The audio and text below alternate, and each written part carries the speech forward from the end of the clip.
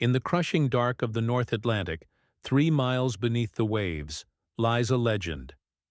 It is not a treasure ship, nor a passenger liner.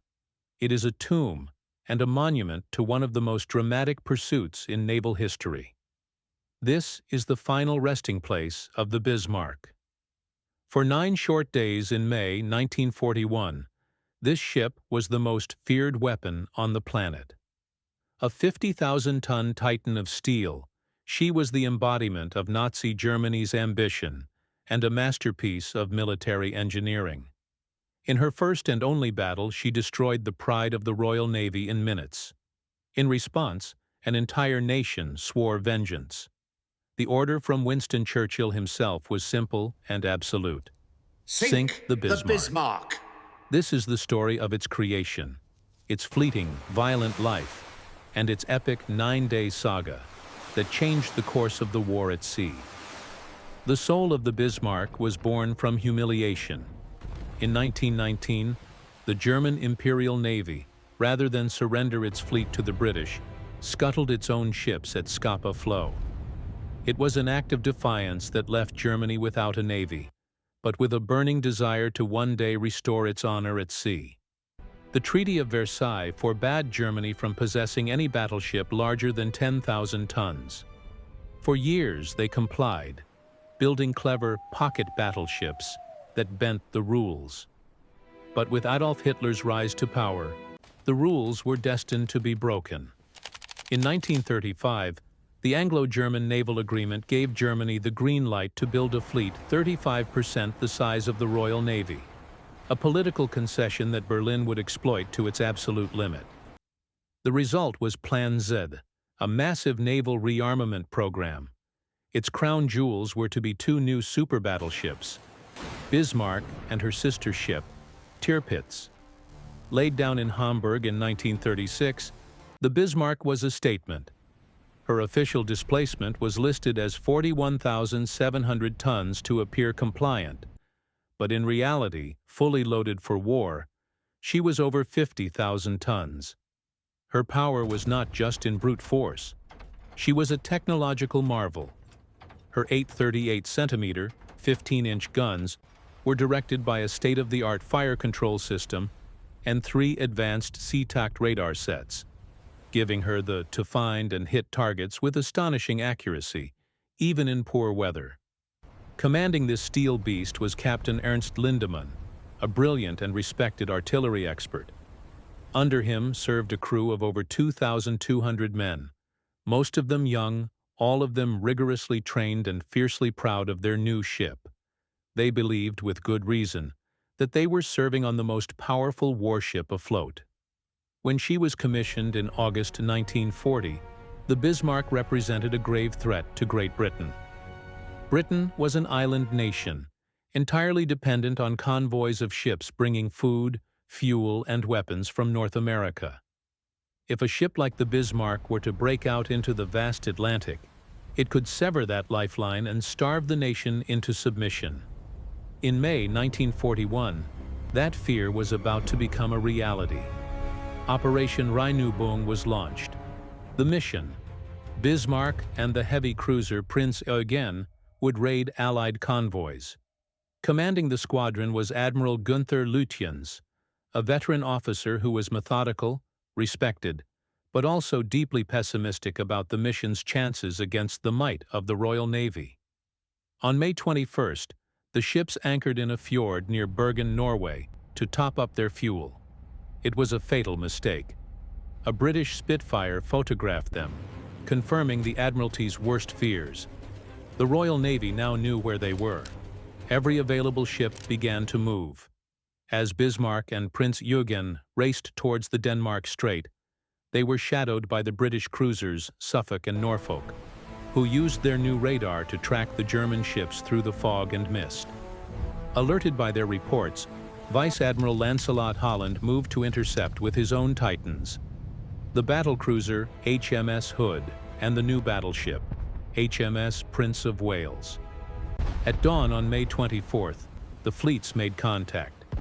The British opened fire first, but Admiral Holland made a critical error, positioning his ships so that their rear guns couldn't fire.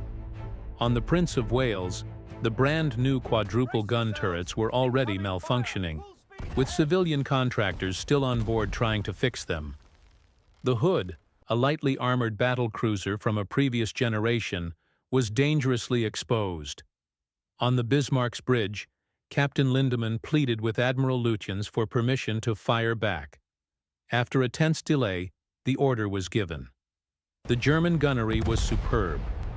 Their first salvos straddled the Hood. Then, just minutes into the battle, at 6:01 a.m., the Bismarck's fifth salvo found its mark. A single 15-inch shell plunged through the Hood's weak deck armor and penetrated deep into her aft magazine. The result was catastrophic. A colossal explosion ripped the Hood in half. She sank in less than 3 minutes, taking 1,415 men with her.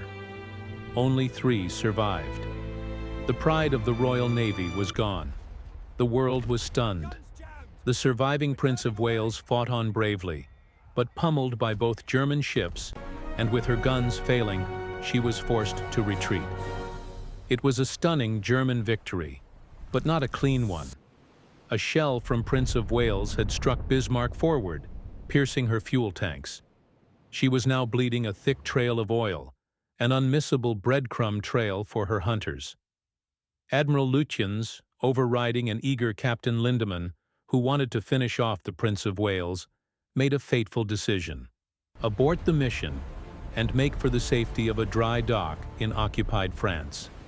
The hunter was now wounded. News of the Hood's destruction was a body blow to British morale. Churchill issued his famous order, and the Royal Navy responded with a fury. From the home fleet under Admiral John Tovey came the battleships King George V and Rodney. From Gibraltar sailed the powerful Force H, led by the aircraft carrier Ark Royal. Every available vessel was thrown into the largest naval pursuit of the war. For a day and a half, the British clung to the chase. But on the evening of May 25th, in a masterful piece of seamanship, Bismarck used a 3/4 turn to slip behind her pursuers and escape their radar coverage. She was gone. For 31 agonizing hours, the most dangerous warship in the world was lost in the vastness of the Atlantic.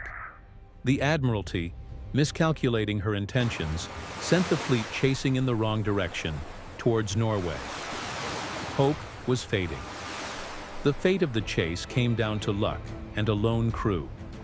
On the morning of May 26th, a Coastal Command Catalina flying boat, co-piloted by American ensign Leonard "Tuck" Smith, was on the very last leg of its search pattern. Through a break in the clouds, they spotted it, the behemoth. Their coded message electrified the Admiralty. Battleship sighted. Bearing. The hunt was back on, but the clock was ticking. Bismarck was less than 700 miles from the safety of France and the protective umbrella of the Luftwaffe. Britain's last hope rested on a squadron of obsolete aircraft. The Fairey Swordfish, a biplane with a fabric skin, affectionately known as the string bag. These slow, vulnerable planes, flying in a gale-force storm, were the only weapon that could reach Bismarck in time. The first attack wave was a disaster. In the atrocious weather, they mistook the British cruiser HMS Sheffield for the enemy and launched their torpedoes. Luckily, the torpedoes' magnetic detonators were faulty, and Sheffield dodged the rest. Shaken, the pilots returned to Ark Royal, rearmed with contact-fused torpedoes, and took off again into the teeth of the storm for one last desperate attempt. In the fading light of May 26th, 15 swordfish descended on the Bismarck. The sky erupted with flak. 2 torpedoes struck the ship amidships, but were absorbed by her thick armor belt and anti-torpedo bulge. Then, a single plane, piloted by Sub-Lieutenant John Moffett, made a perfect approach from the port quarter. His torpedo struck the Bismarck in the one place she was vulnerable, her stern. It wasn't a fatal blow. It did something far worse. The explosion buckled and jammed the ship's twin rudders hard to port. The mighty Bismarck was now trapped in an endless circle, unable to steer, a helpless giant at the mercy of the wind, the waves, and her enemies. Her fate was sealed. Through that final hellish night, a flotilla of British destroyers led by the fearless Captain Philip Vian harassed the crippled battleship, darting in to fire torpedoes, illuminating her with star shells, denying her crew a moment's rest. At dawn, the executioners arrived. Admiral Tovey's battleships King George V and the old, powerful Rodney closed in. It was not a battle. For nearly 2 hours, they systematically destroyed the Bismarck. The heavy cruiser Dorsetshire joined the bombardment. Over 2,800 shells were fired. Rodney's 16-inch guns smashed the main turrets. The bridge was obliterated. The superstructure was reduced to a burning, twisted slaughterhouse. Yet, she would not sink. Her magnificent armor held. Finally, with the ship a helpless ruin, her surviving crew opened the seacocks and detonated scuttling charges. At 10:39 a.m., the Bismarck finally capsized and slid beneath the waves, her war flag still flying. Of her crew of over 2,200 men, only 115 were rescued from the cold Atlantic waters. For nearly 50 years, the Bismarck lay undisturbed. Then, in 1989, she was rediscovered by oceanographer Dr. Robert Ballard. The expedition used advanced robotics to survey the site, finally answering the question of what sank her. The wreck revealed that despite the brutal bombardment, the ship's main armored citadel was almost entirely intact, a testament to her legendary construction. The evidence also overwhelmingly supported the German survivors' account. The final sinking blows were self-inflicted. The sinking of the Bismarck was a profound strategic victory for Britain. It was a massive morale boost, and crucially, it soured Hitler on the value of large surface warships. He would now entrust the Battle of the Atlantic almost entirely to his U-boat wolf packs. The era of the battleship as the ultimate arbiter of sea power was drawing to a close. The story of the Bismarck continues to captivate. A 9-day epic of technological might, human drama, desperate courage, and the vengeful fury of an entire navy. From its grand launch to its violent end, the Bismarck existed for only 9 months. Its operational career lasted less than 2 weeks. Yet, its story has become an enduring naval legend. It lies there today, a silent testament to a brutal conflict. A reminder that even the most powerful instrument of war, forged in